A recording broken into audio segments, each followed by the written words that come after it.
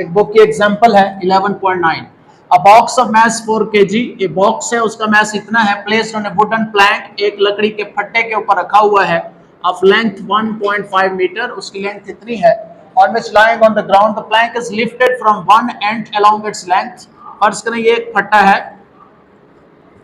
ये पहले ऐसे था, ये एक प्लैंक है फट्टा, इसकी ये साइड फिक्स है, ये साइड मैंने ऊपर उठाई और इसको यहां तक ले गया, यहां तक, ये फट्टा ऐसे था, मैं इसको ऊपर ले गया एट सर्टन क्रिटिकल एंगल, ठीक है। इसके ऊपर जो ब्लॉक है वो स्लाइड ना करे, इतने तक मैं उसको ले गया, so that it becomes inclined. It is noted that when the vertical height of the top end of the plank from the ground becomes इतने, जब ये जो हाइट है ये कितनी बन जाती है, आधा मीटर, ठीक है, जब इतनी बन जाती है the box begins to slide, फिर ये स्लाइड करना शुरू कर देता है। Find the coefficient of friction between the box and the plank, तो बॉक्स और प्लैंक के दरमियान कोएफिशिएंट ऑफ फ्रिक्शन फाइंड करना है, ठीक है। अच्छा जी, ये हो गया नॉर्मल, ठीक है, और ये हो गया mg, सही है। तो ये डाउनवर्ड जाएगा और ऊपर जो होगी काइनेटिक फ्रिक्शन होगी और इधर जो होगा वो वेट का कंपोनेंट होगा, कौन सा, ये थीटा है, तो ये हो जाएगा mg cos थीटा, और ये वाला जो कंपोनेंट है ये वाला या ये वाला, ये mg sin थीटा हो जाएगा, ठीक है। अब हमने क्या फाइंड करना है, कोएफिशिएंट ऑफ फ्रिक्शन, यानी कि म्यू के फाइंड करना है between the box and the plank. ऐसे ही mk is equal to tangent theta के बराबर, बेस परपेंडिकुलर ओवर बेस होता है ये, ठीक है। परपेंडिकुलर हमारे पास 0.5 है, बेस हमारे पास नहीं है, ये फाइंड कर लेते हैं यहाँ पे, ठीक है। हाइपोटेनियस कितना है, 1.5, हाइपोटेनियस का स्क्वायर बराबर है बेस का स्क्वायर प्लस परपेंडिकुलर का स्क्वायर, ऐसे ही जी। अब 1.5 सॉरी बी स्क्वायर किसके बराबर है, 1.5 का स्क्वायर माइनस 0.5 का स्क्वायर, कितना बनेगा जी, 2.25 0.25, तो ये आ जाएगा 2 का स्क्वायर रूट, ठीक है, ये यहाँ पे, तो ये आ गया 2 का स्क्वायर रूट, तो यहाँ पे हम इसको पुट कर देंगे 2 का स्क्वायर रूट जी। अब 0.5 को आप लिख सकते हैं 5/10 और ये है 2 का स्क्वायर रूट, ये आ जाएगा 1/2 into 2 का स्क्वायर रूट, ठीक है। ये म्यू एस की वैल्यू है, ये वेट है, ठीक है, is equal to mg, okay. If the angle of inclination of the plane, ये एंगल ऑफ इंक्लिनेशन है, ठीक है। व्हाट इज, अच्छा, frictional force, frictional force find करनी है, ठीक है, ओके जी। तो ये इस एंगल पे फिर से वही बॉक्स, ठीक है, और ये एंगल 30 डिग्री है, तो ये हो गया नॉर्मल, ये हो गया mg, बड़ा मजा आता है इस तरह के सवालों में, mg cos of theta, mg sin of theta, तो किधर आ रहा है जी, कोएफिशिएंट ऑफ स्टैटिक फ्रिक्शन है, ठीक है, तो इस तरफ होगी और mg sin थीटा इस तरफ होगा, तो ये फाइंड करनी है। ऐसे ही तो fs इज इक्वल टू किसके बराबर है, n इंटू म्यू एस, और n किसके बराबर है, n बराबर है mg कॉस ऑफ थीटा के साथ म्यू एस, वेट किसके बराबर है 12, कॉस ऑफ एंगल 30 और म्यू एस किसके बराबर है 0.7, ठीक है। 0.7 को मैं लिख देता हूँ 7/10, तो 12 इंटू कॉस 30 होता है 3 स्क्वायर रूट बाय 2 और 7/10 जी, 2 6 12 7 6 42, हाँ 2 5 10 2 3 6 7 3 21, 3 स्क्वायर रूट बटे 5, ठीक है। दिस इज 7.2 न्यूटन, माइनस किस लिए, मैग्नीट्यूड ले रहे हैं। अब हम एक चीज की तरफ आ गए हैं और वो है जब आप कर्व्ड रोड पे हो, ठीक है, ये देखें, ये जब आप स्ट्रेट रोड पे जा रहे हैं, ठीक है, तो नॉर्मल रिएक्शन और mg इस तरह से है, लेकिन अगर आप कर्व्ड रोड पे हैं तो फिर क्या होगा, आप बाहर की तरफ स्लिप होना चाह रहे होते हैं, लेकिन आपके जो टायर हैं उनके और रोड के दरमियान अंदर की तरफ फ्रिक्शन लग रही है। फिर से देखें, जब ये गाड़ी ऐसे जा रही है स्ट्रेट तो फिर तो ठीक है, लेकिन जब मोड़ काट रही है, ठीक है, तो उस वक्त ये बाहर की तरफ सेंट्रीफ्यूगल फोर्स बाहर की तरफ लग रही है, लेकिन टायर और इसके टायर और रोड के दरमियान जब भी ये इधर जाना चाहेगी, मोशन इधर होगा तो फ्रिक्शन किधर होगी? इधर ऑपोजिट होगी ना। जब आप मोड़ काटेंगे तो आप फील करेंगे इनर्शिया की वजह से बाहर की तरफ जाना चाहेंगे, ठीक है। तो गाड़ी के टायर और रोड के दरमियान जो फ्रिक्शन है वो इस फोर्स के ऑपोजिट होगी और वो सेंट्रीपिटल फोर्स का किरदार अदा करेगी, ठीक है। तो ये सेंट्रीपिटल ये फ्रिक्शनल फोर्स है जो कि acting as a centripetal force का किरदार अदा कर रही है, ठीक है। कब? जब आप ऐसे मोड़ में जाते हैं। तो फिर से कह रहा हूं, टायर और रोड के दरमियान चूंकि आप बाहर की तरफ जाना चाह रहे हैं तो फ्रिक्शन जो है वो अंदर की तरफ अपोज करेगी आपके मोशन को, ठीक है। तो इस तरह के केसेस को डिस्कस कर रहे हैं। Normal reaction acting vertically upward perpendicular to road, ये इस केस में। द स्टैटिक फ्रिक्शन, एक चीज बहुत इंपॉर्टेंट है, कल परसों भी यही बात हो रही थी कि जब हम चल रहे होते हैं तो कौन सी फ्रिक्शन है? वो स्टैटिक फ्रिक्शन ही है। काइनेटिक फ्रिक्शन एक्चुअली स्लाइडिंग में है, ठीक है। इसी तरह रोलिंग फ्रिक्शन जब हो रही है तो उसमें भी अगर आप स्लिप नहीं हो रहे हैं तो वो भी स्टैटिक में आती है। हम जब चल रहे हैं एक वजन देते हैं वो भी स्टैटिक में, गाड़ी भी स्टैटिक में, ठीक है। अच्छा, बिकॉज कार कहते हैं the static friction rather than kinetic friction provides the centripetal force. बड़ी इंपॉर्टेंट बात। तो अगर आपकी गाड़ी स्लिप नहीं हुई तो फिर स्टैटिक फ्रिक्शन जो है वो दरअसल प्रोवाइड कर रही है सेंट्रीपिटल फोर्स, ठीक है। Because cars tires don't slide on the road, note that Fs acts inwards, pointing towards the center. The reason is simple. As the car negotiates the curve, the tires tend to go away. Tyre बाहर जाना चाह रहे होते हैं, ये गाड़ी बाहर जाना चाह रही है from the center of the curve. Consequently, the force of friction acts inward toward the center of the curve. ठीक है, तो ये इस तरफ, ये रेडियस भी हो गया, ठीक है, वो उसने यहाँ शो कर दिया है। इसी की फर्दर जो एक्सटेंशन है अगले पेज पे, क्या आप इसमें देखें, Since there is no vertical motion of the car, car ऊपर या नीचे नहीं जा रही, लिहाजा normal reaction of the road और mg बराबर है, ठीक है।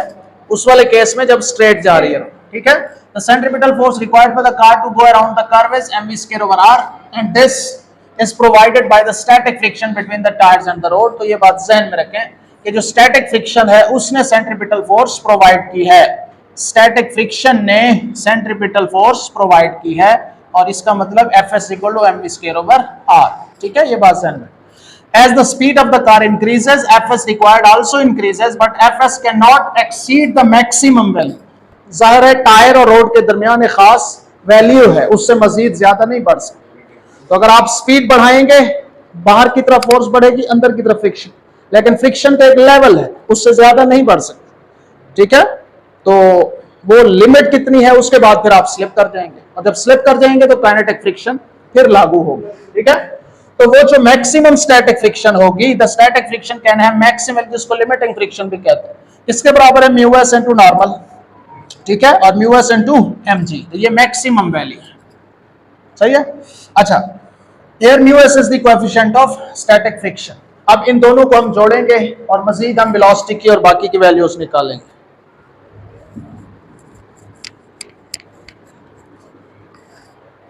तो ये देखें, the maximum speed Vm corresponds of Fsm, ठीक है। मैक्सिमम स्टैटिक फ्रिक्शन के अगेंस्ट कितनी मैक्सिमम स्पीड में कार की ले सकता हूं, कितना तेज उसको दौड़ा सकता हूं। F is equal to this, और Fs की वैल्यू है mu S mg is equal to this word, तो ये आ जाएगा, और यहां से फिर आप Vm is equal to mu S gr, ये इंपॉर्टेंट है, हमें आना चाहिए।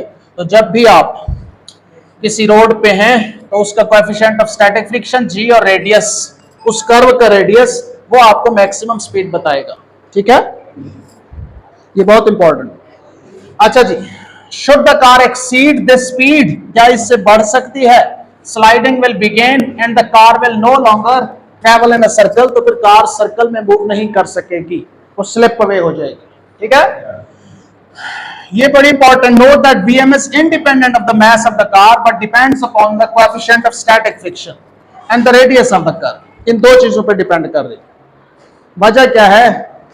चूंकि दरअसल जो ही आप टर्न लेते हैं तो मैस इंपॉर्टेंट नहीं है, गाड़ी हल्की है या भारी है, इंपॉर्टेंट ये है कि आप जब टर्न ले रहे हैं इनर्शिया की वजह से बाहर जाएंगे, ठीक है। स्पीड की वजह से आप जितना स्पीडी मूव करेंगे उतना अवे बाहर जाएंगे, तो उतना ही जो फ्रिक्शन है वो बढ़ेगी और उसकी एक मैक्सिमम वैल्यू है, ठीक है। तो अब आपने कितनी स्पीड रखनी है ये डिपेंड करता है, ठीक है।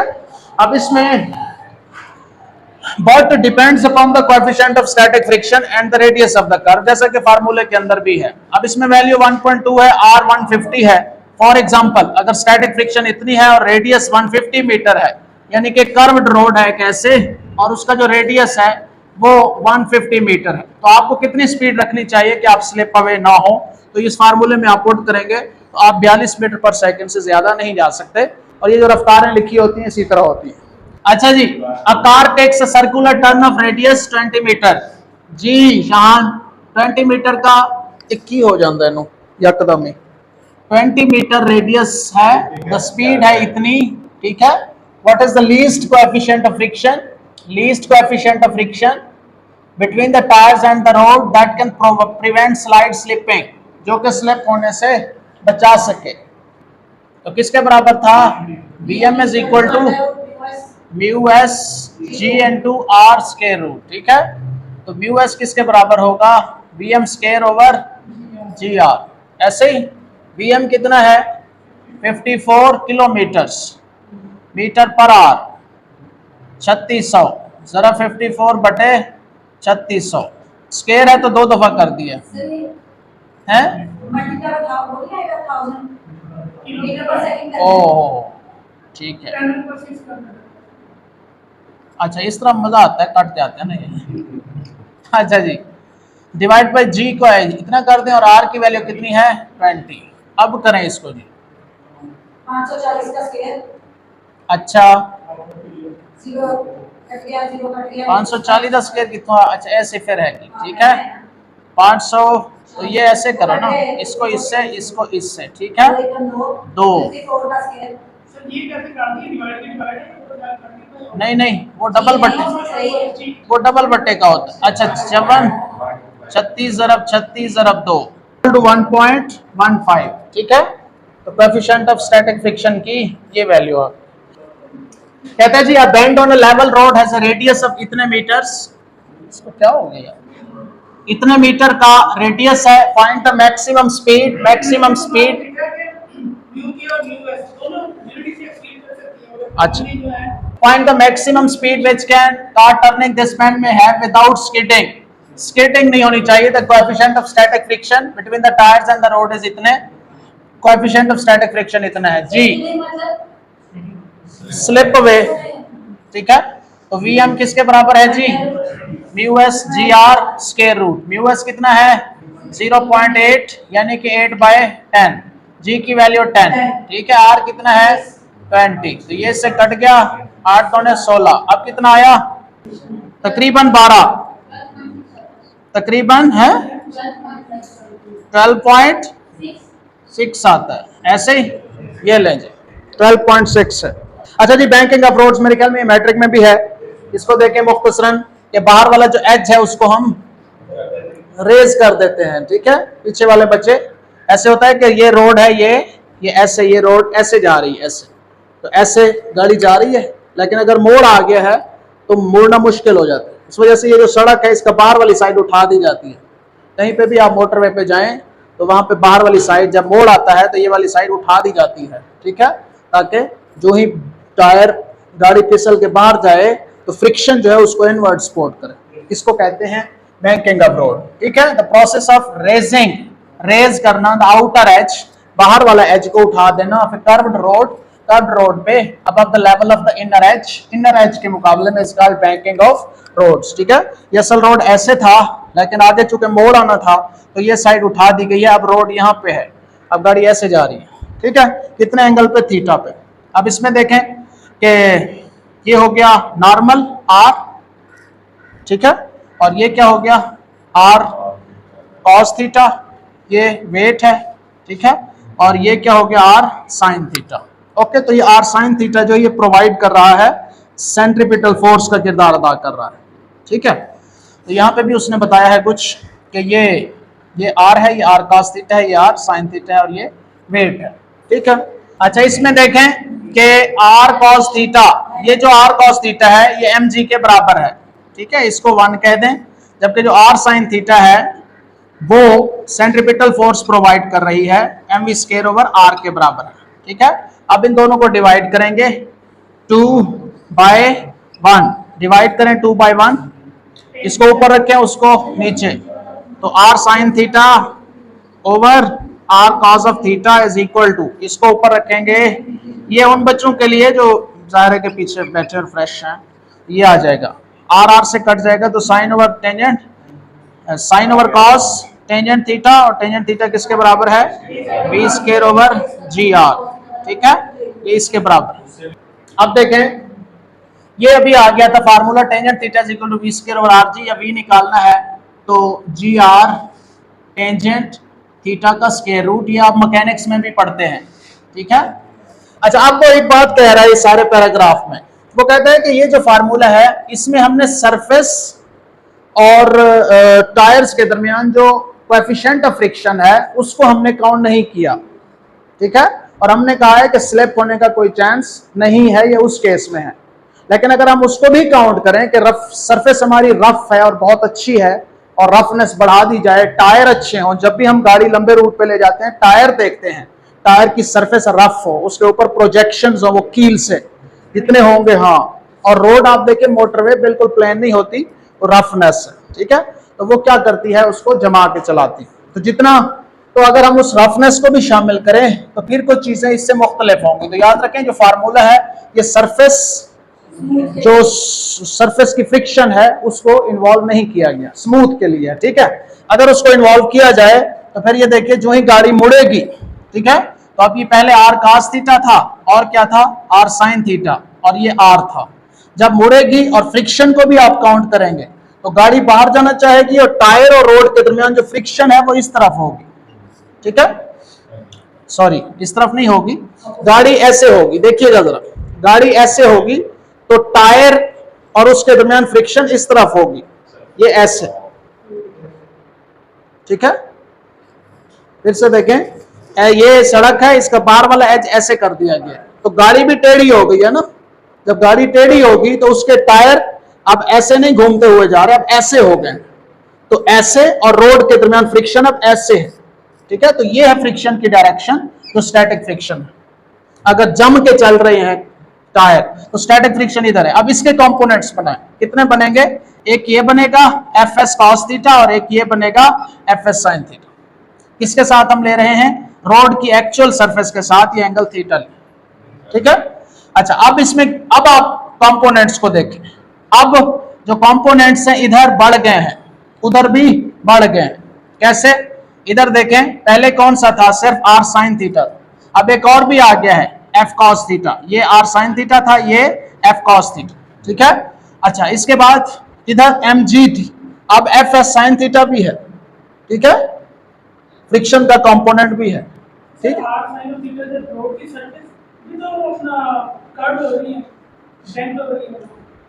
किस तरह, हाँ नहीं वो तो है ना इसका नॉर्मल, वो तो वेट की वजह से है, वो वेट की वजह से,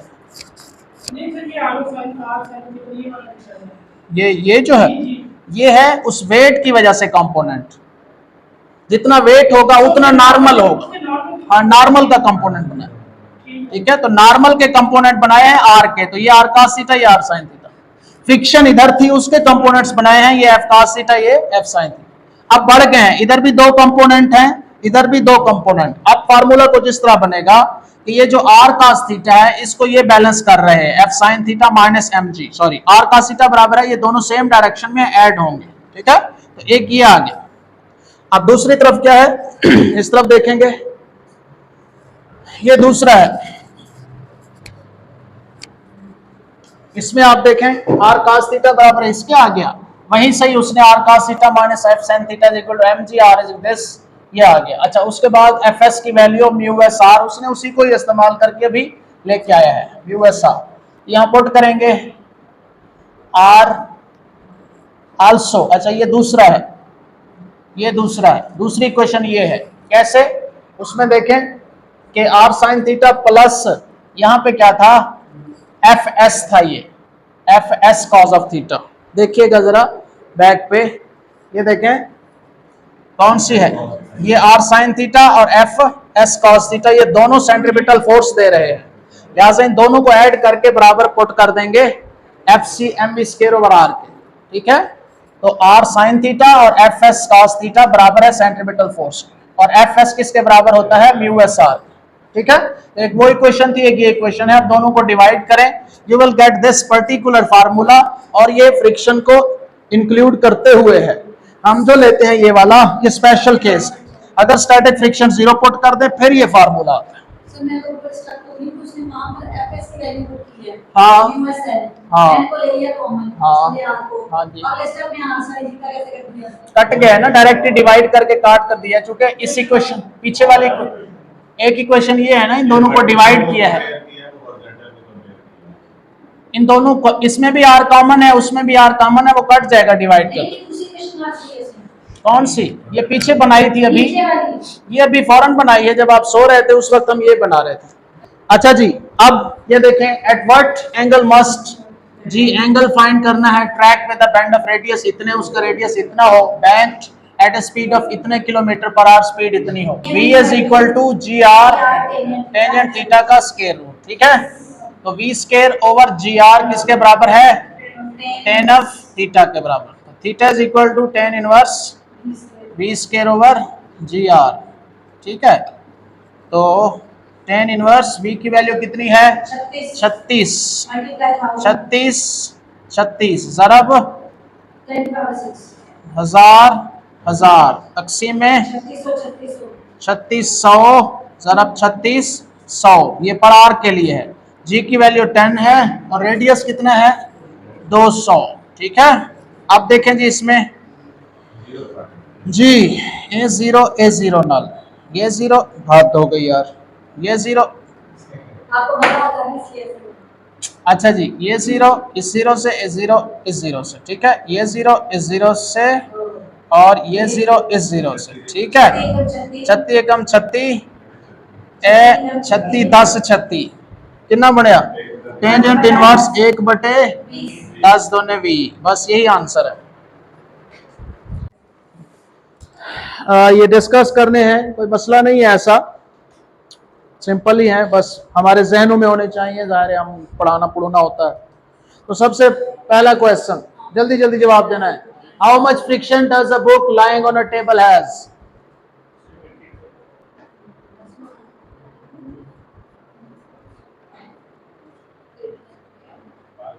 जी बताएं आंसर, 0, यस 0 है।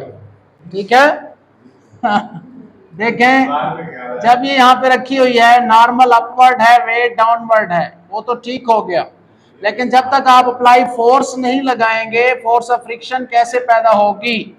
ठीक है, वो उसका रिएक्शन होता है। तो जब भी एट रेस्ट में है आप, ठीक है, जब तक आप फोर्स नहीं लगाएंगे तो फ्रिक्शन रिस्पॉन्स में जो आती है वो नहीं आएगी। ठीक है, तो ऐसा नहीं है ना सवाल, हाँ ठीक है। नेक्स्ट चलें जी, how much friction does a book lying on an inclined plane has, आप इसके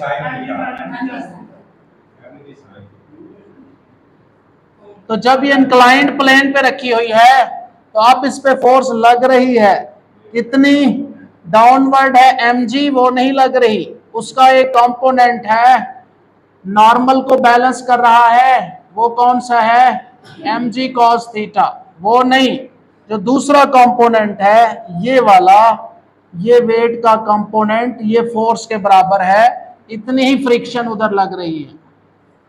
ठीक है, तो कितनी लग रही है, वही mg sin थीटा अब लग रही है,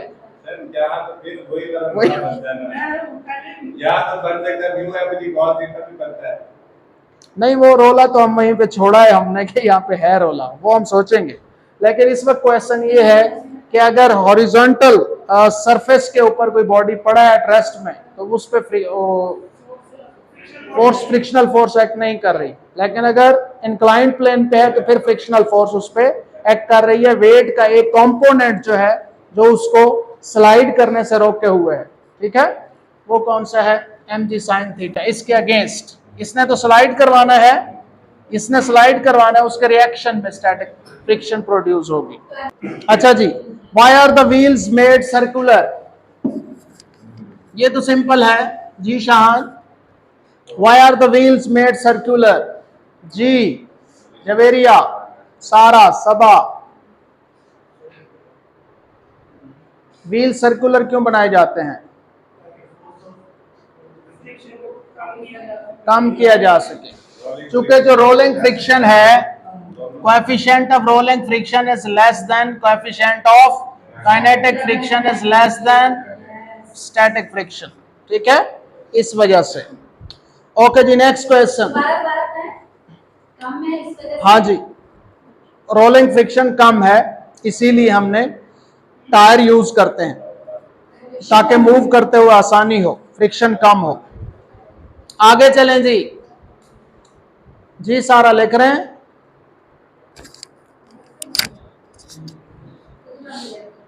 नेक्स्ट चलें जी, नेक्स्ट क्वेश्चन, जी Shahan, why are the tyres made of rubber and not of iron,